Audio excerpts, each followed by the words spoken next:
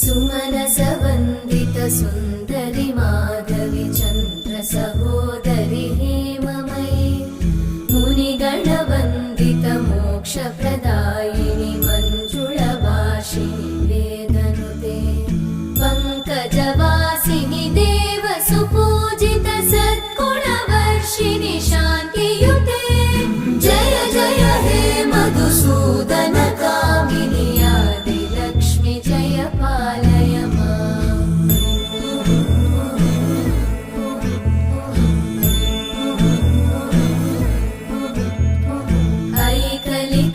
ऐकलिकल्मषनाशिनि कामिनि वै